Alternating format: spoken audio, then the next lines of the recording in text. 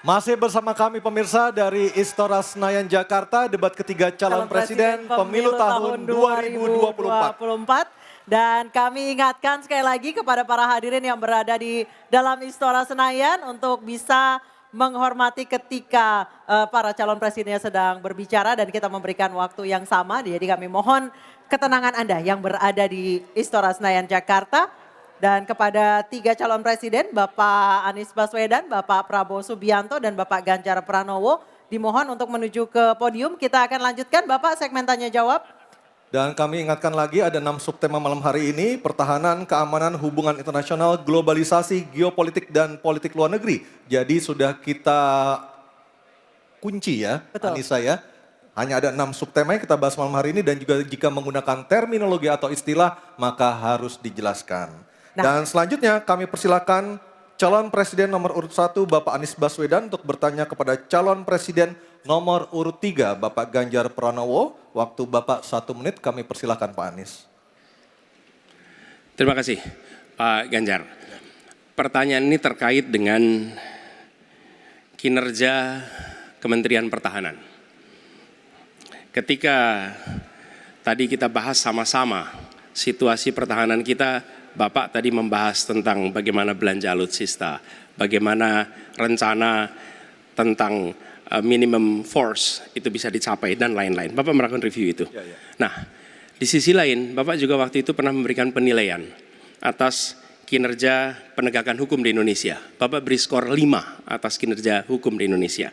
Pertanyaannya sekarang terkait dengan pertahanan, berapa skor yang Bapak berikan atas kinerja Kementerian Pertahanan yang dipimpin oleh Bapak Prabowo? Silakan Pak Ganjar.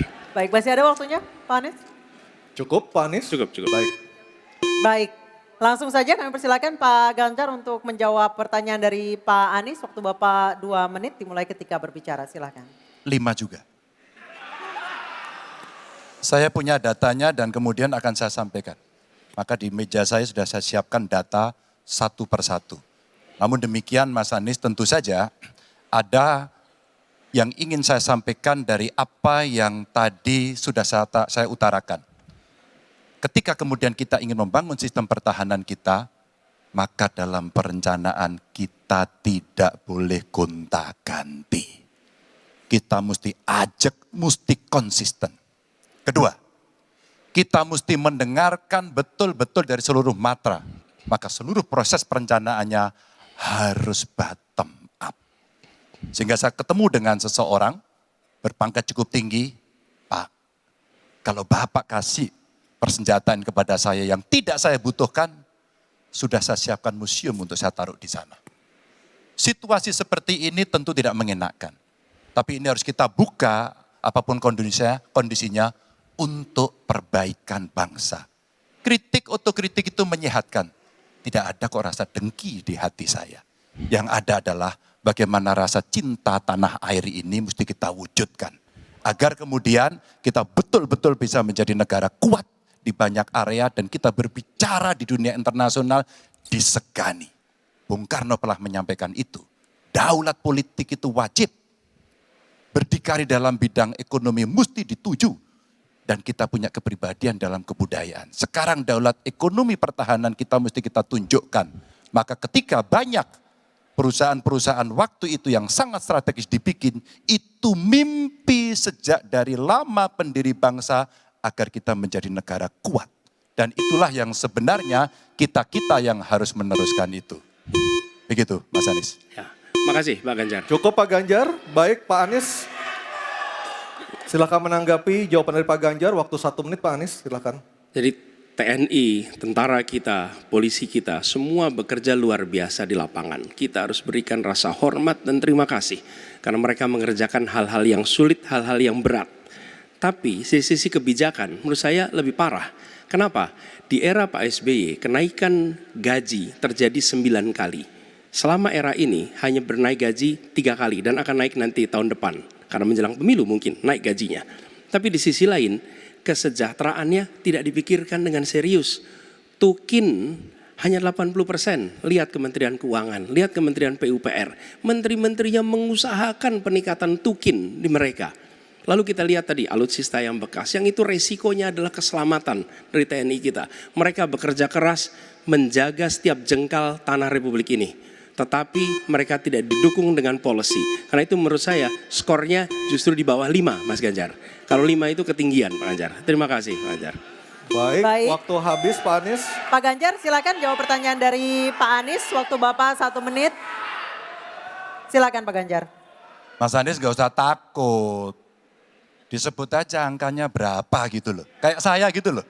Jangan di bawah 5, sebut aja berapa. 11 Mas, dari 100. Oke.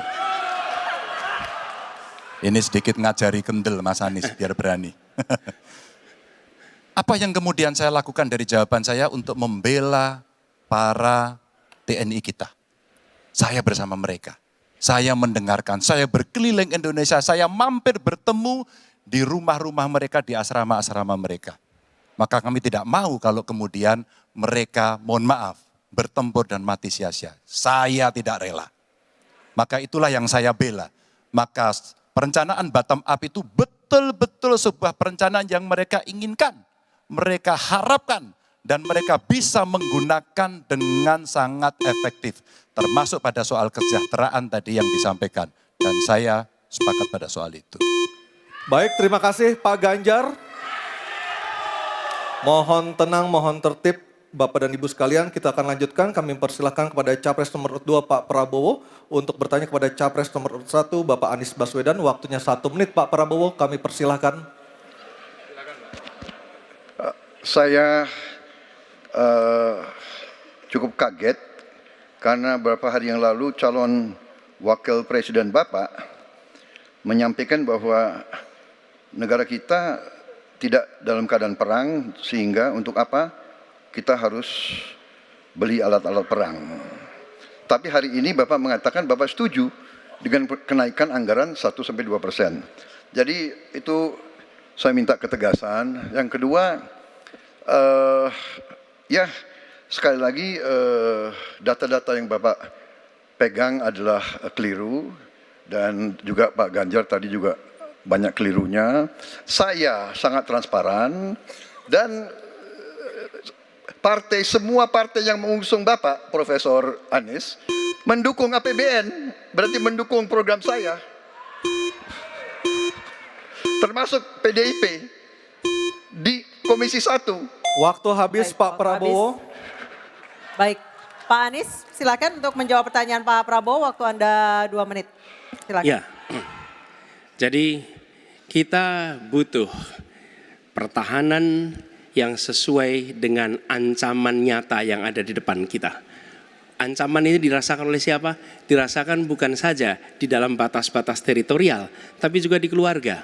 Bagaimana ancaman atas penipuan online, bagaimana ancaman atas peretasan, bagaimana ancaman atas judi online, bagaimana ancaman-ancaman terorisme. Itu semua membutuhkan perhatian. Jadi bukan memutuskan untuk belanja alutsista berdasarkan selera dan berdasarkan preferensi masa lalu, tapi justru harus mencerminkan kebutuhan masa depan. Inilah yang menurut kami penting. Ya, anggarannya perlu kita tingkatkan, tapi jangan keliru. Ancamannya juga mengalami pergeseran. Jadi itulah sebabnya mengapa kita melihat perlunya ada strategi yang baik. Supaya apa? Supaya kekuatan yang kita miliki mereka bisa bekerja dengan optimal, tidak sia-sia. Lalu Pak Prabowo yang saya hormati, ini bukan soal pribadi, ini soal negara, ini soal policy. Penjelasannya ya di tempat ini, bukan di ruang-ruang tertutup yang tidak diketahui oleh publik. Justru kalau Bapak ketahui datanya salah, tunjukkan di tempat ini sehingga publik bisa mengetahui. Bukan dalam pertemuan-pertemuan lain yang tidak jelas dari mana kita bisa menilai akurasinya. Jadi menurut hemat kami, bila ada di antara kami yang faktanya keliru, Bapak tunjukkan. Tapi kalau Bapak tidak menunjukkan, berarti memang faktanya benar. Itulah kenyataan yang ada di lapangan. Dan ini juga yang selalu kami gunakan. Kami gunakan fakta-fakta itu. Itulah sebabnya, Pak, kami melihat penting sekali untuk kita tenang, dingin, jangan emosional dalam menghadapi persoalan-persoalan kenegaraan, dalam menghadapi persoalan-persoalan pertahanan. Demikian jawaban kami. Terima kasih. Baik, terima kasih Pak Anies. Oke, tenang dulu. Tenang dulu. Mohon tenang Bapak dan Ibu, mohon tenang supaya kita bisa mendapatkan intisari dari jawaban maupun pertanyaan dari ketiga capres kita ini. Dan kami persilakan Pak Prabowo untuk menanggapi Pak Anies dalam waktu 1 menit Pak. Kami persilakan Pak Prabowo. Pak Anies. Saya tidak bicara tertutup, saya bicara di Dewan Perwakilan Rakyat Komisi 1, di mana semua partai yang mengusung Bapak hadir dan menyetujui yang saya ajukan. Jadi dan juga sekarang waktunya nggak ada, jadi saya mengundang kita bicara terbuka. Terbuka, silakan. Tapi saya ingatkan, Bapak cinta atau tidak dengan negara ini? Masa kita mau buka semua kekurangan kita, semua masalah kita buka di depan umum? Apakah itu pantas? Di negara yang baik, di negara maju, masalah rahasia ada, Profesor. Jadi bohong, saya tidak minta tertutup. Saya terbuka, Komisi DPR terbuka. Baik, waktunya habis. Waktu habis Pak Prabowo, waktu habis. Kami persilakan Pak. Mohon tenang. Tenang Hadirin, dulu, mohon tenang dulu kita lanjutkan. Supaya pemirsa di rumah juga bisa mendapatkan intisari dari acara kita malam hari ini. Mohon tenang. Silakan Pak Anies untuk memberikan tanggapan atas pernyataan Pak Prabowo. Waktu Bapak 1 menit. Tidak ada yang perlu dirahasiakan. Bapak Presiden menyampaikan, Bapak punya lahan lebih dari 340.000 hektar, sementara TNI kita, prajurit kita, selebih dari separuh tidak punya rumah dinas. Itu fakta, tidak perlu dibicarakan secara tertutup. Itu kekurangan yang harus kita perbaiki. Dan ketika tadi Bapak mengatakan, Bapak akan meningkatkan kesejahteraan. Pak, Bapak ini sudah Menhan selama 4 tahun, hampir 5 tahun. Bukan calon Menhan, jadi harusnya menunjukkan inilah yang sudah saya kerjakan. Bukan mengatakan apa yang akan dilakukan. Nah saya menyampaikan, bila saya ditugasi maka kenaikan gaji dilakukan tiap tahun. Maka perumahan prajurit TNI dipastikan dibangun. Sehingga mereka tidak perlu ngekos, tidak perlu mereka sewa. Dan mereka bisa tenang. Mereka diminta mempertahankan setiap jengkal, tapi kita tidak memberikan tempat tinggal bagi mereka berdinas. Itu tidak benar, itu harus dikoreksi.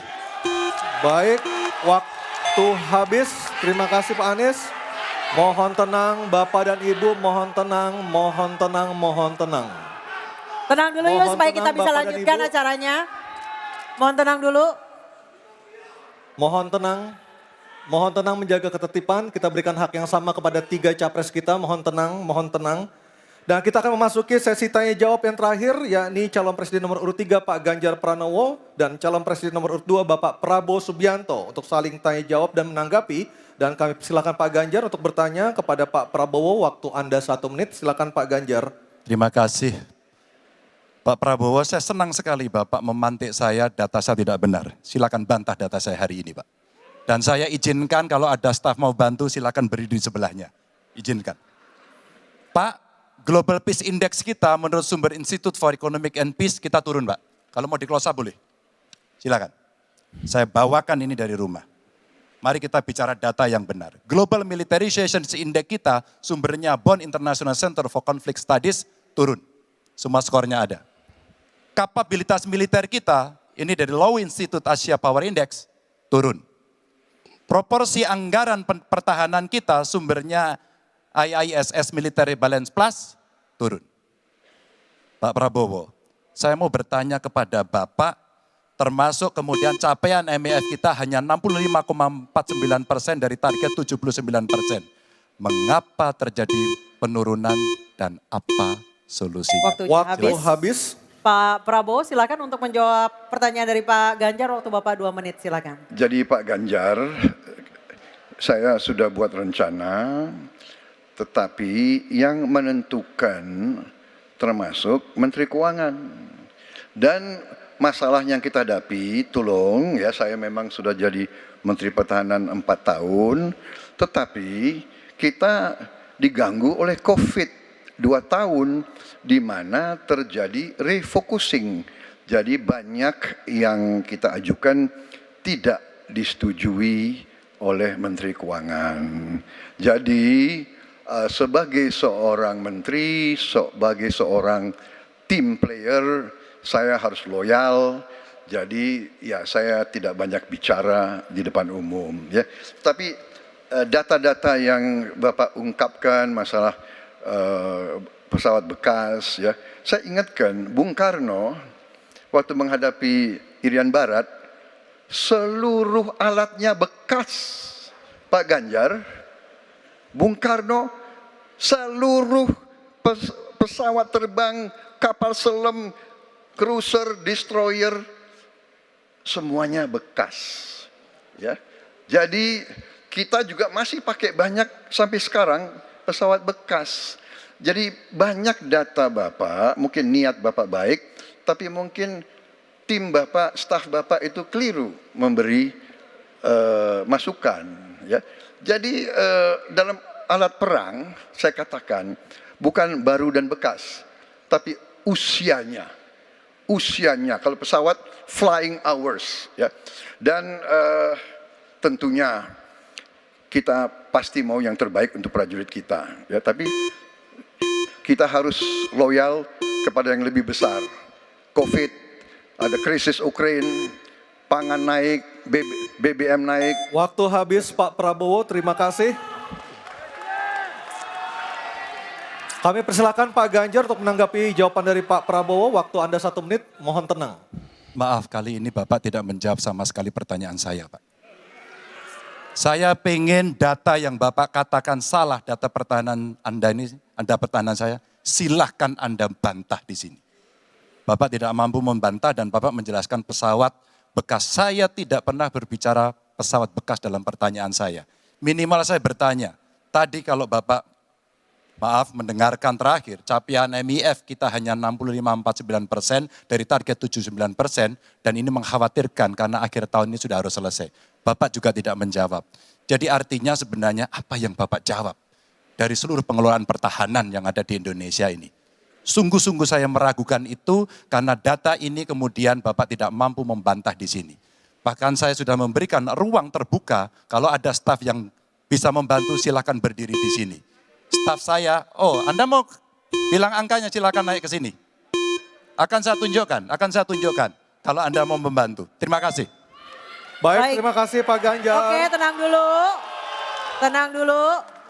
Kami persilakan Pak Prabowo untuk tanggapan dari pernyataan Pak Ganjar. Waktu Bapak 1 menit, silakan. Ya, jadi begini, yang Bapak ungkapkan itu saya bisa bantah, waktunya tidak cukup. Saya siap berjumpa dengan Bapak. Mari kita bahas satu persatu akan saya buktikan. Saya butuh hari ini, Pak. Nggak bisa. Saya tidak dikasih waktu. Jadi Anda tidak fair. Anda minta saya kasih penjelasan yang begitu rumit, tapi waktu saya terbatas. Jadi saya transparan, saudara. Dan yang saya katakan, kalau kita bicara MEF itu mulai dari berapa periode yang lalu. Ya, kalau kita mau buka-bukaan, Menteri Pertahanan sebelum saya, apakah tidak juga berpengaruh? Juga Menteri Keuangan yang banyak tidak menyetujui disbursement. Jadi mari kita diskusi dengan baik sebagai negarawan dan tidak mencari-cari hal-hal yang keliru. Waktu habis Pak Prabowo, terima kasih. Kita berikan apresiasi untuk ketiga calon presiden kita. Baik hadirin dan pemirsa, kita akan jeda terlebih dahulu dan tentunya akan kembali dengan segmen para calon presiden ini akan menyampaikan pernyataan penutup dari debat ketiga calon presiden tahun 2024. Tetap bersama kami di debat ketiga calon presiden tahun 2024.